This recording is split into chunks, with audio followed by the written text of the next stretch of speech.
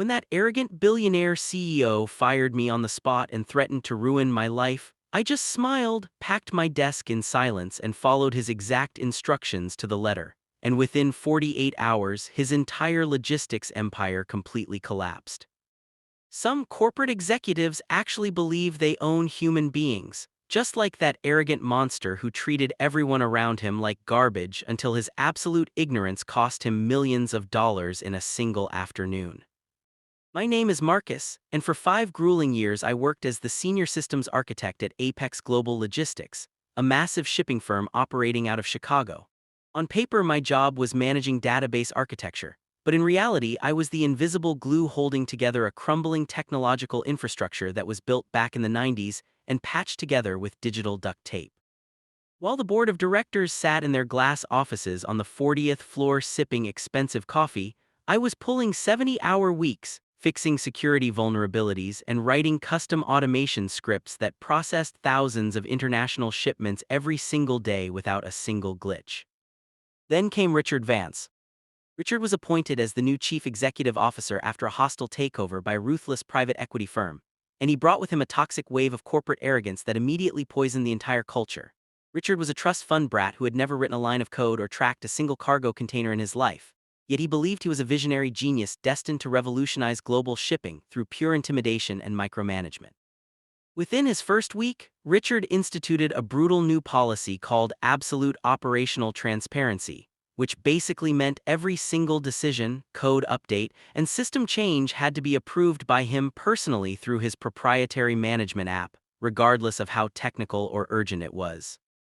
I tried to warn him during our very first introductory meeting that our core server architecture operated on legacy protocols that required immediate, autonomous intervention during peak shipping hours. But Richard just laughed in my face, leaned back in his leather chair, and told me that a glorified data monkey like me had no business telling a Harvard graduate how to manage enterprise efficiency.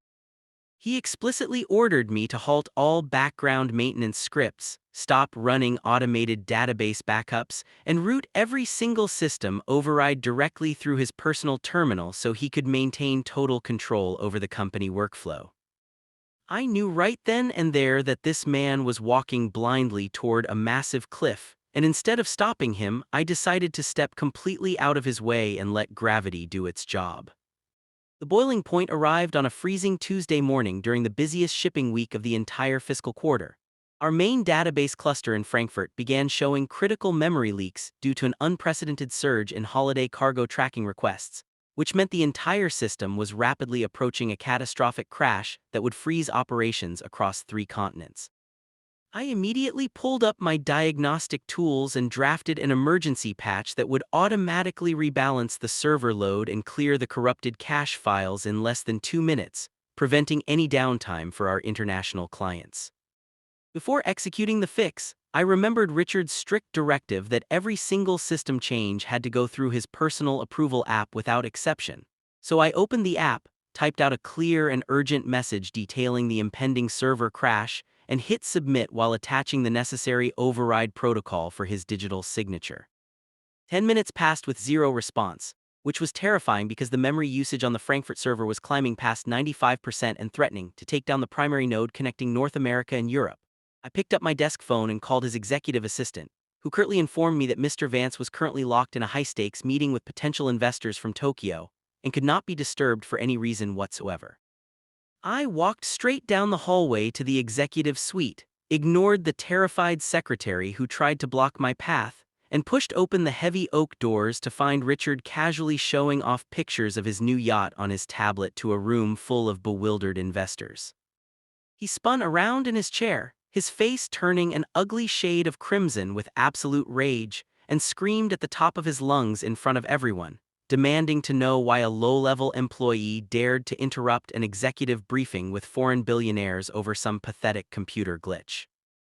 I calmly explained that our main international database was literally seconds away from a total blackout, and that if he did not authorize the emergency patch right now, millions of dollars in cargo data would be permanently corrupted, and thousands of shipments would be stranded indefinitely at ports around the globe.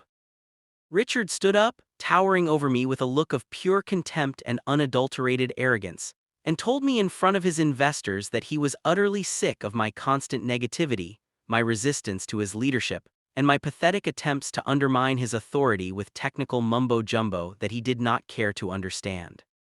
He pointed a shaking finger toward the doorway and shouted that I was officially fired, terminated for gross insubordination and disrupting executive meetings, and that I had exactly 5 minutes to pack up my personal belongings and get out of his building before he called security to have me physically dragged out into the street.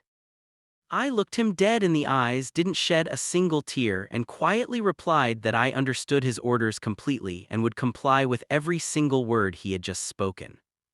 I walked back to my desk, picked up my coffee mug and my family photo, and slowly walked out the front glass doors of Apex Global Logistics, feeling an overwhelming sense of calm washing over me because I knew exactly what was about to happen to his precious company. You see, Richard was so blindingly arrogant and technologically illiterate that he had no idea my custom automation scripts were not just background tasks, but rather a complex, proprietary digital framework that I had personally designed, coded, and licensed to the company under my own name as an independent contractor before accepting a full-time salary. Every single morning at exactly midnight, my master authentication script checked into the main server to verify my active employment status, and if that verification failed or if my manual override code was not entered into the system following an administrative shutdown, the entire software architecture would automatically trigger a secure lockdown protocol to protect my intellectual property from unauthorized corporate theft. The moment Richard fired me and ordered me off the premises, my administrative credentials were automatically revoked in the HR database, which instantly tripped the security trigger in my master script without me having to lift a single finger or break a single law. I got into my car, drove down to a local coffee shop across the street, ordered a warm latte, pulled out my laptop, and settled into a comfortable booth by the window to watch the glorious impending disaster unfold in real time through my remote monitoring dashboard. Within exactly 15 minutes of my departure, the Frankfurt server reached its absolute breaking point and crashed violently, instantly cutting off all communication between our domestic warehouses and our international shipping hubs in Europe and Asia. Because Richard had disabled all automated backup systems and forbidden anyone else from touching the database architecture without his direct supervision, nobody in the IT department had the administrator decryption keys required to bypass the secure lockdown protocol that I had left firmly in place. Panic instantly broke out across the entire corporate office, and through my monitoring dashboard I could see frantic system administrators running around like headless chickens, typing desperately into black screens while error messages flashed in brilliant red across every workstation on the 42nd floor. Rushed out of his executive suite, his face drained of all color, holding his phone to his ear while screaming obscenities at his trembling IT director, demanding to know why the entire global logistics network had suddenly frozen solid, and why none of the shipping manifests were loading on his precious executive app. The IT director, sweating profusely and terrified out of his mind, frantically explained that the core architecture was locked behind an advanced cryptographic barrier that could only be unlocked by the original creator of the software framework, which happened to be the exact same employee whom Richard had just thrown out of the building 10 minutes prior.